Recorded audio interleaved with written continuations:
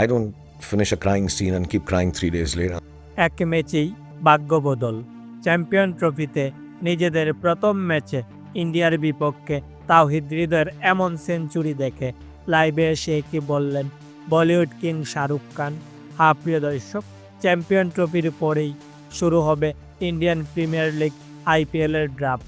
আর এই আইপিএলের আগেই ইন্ডিয়ার বিপক্ষে তাওহিদ হৃদয়ের এমন সেঞ্চুরি। তবে কি ভাগ্য খুলে গেছে তাওহিদ হৃদয়ের?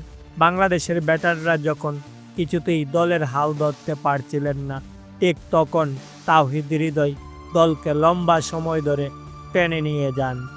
একের পর এক ব্যাটারদের ব্যর্থতার দিনে তাওহিদ ও জাকের আলী দুর্দান্ত ব্যাটিং করেছেন।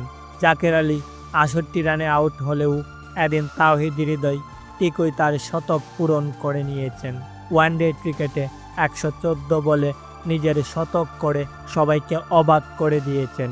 এদিন ইন্ডিয়ার বিপক্ষে তাওহিদ হৃদয়ের এমন সেঞ্চুরি দেখে উচ্ছ্বাস প্রকাশ করেছে বলিউড কিং শাহরুখ খান। তবে কি দর্শক, শেষ মুহূর্তে ভাগ্য খুলে যাবে তাওহিদ হৃদয়ের?